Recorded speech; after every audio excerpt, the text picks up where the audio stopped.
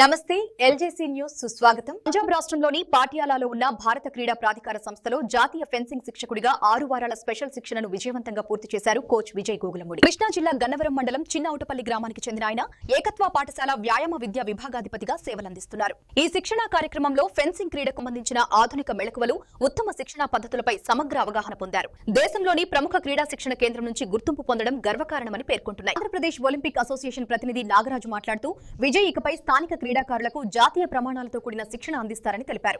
విజయ్ మాట్లాడుతూ పాటియాలాలో శిక్షణ పొందడం ద్వారా ఖడ్గయుద్ధ క్రీడలో కీలక శిక్షణ అంశాలు నేర్చుకున్నానని, గ్రామీణ ప్రాంత క్రీడాకారులను జాతీయ స్థాయి పోటీలకు సిద్ధం చేయడం లక్ష్యమని వెల్లడించారు.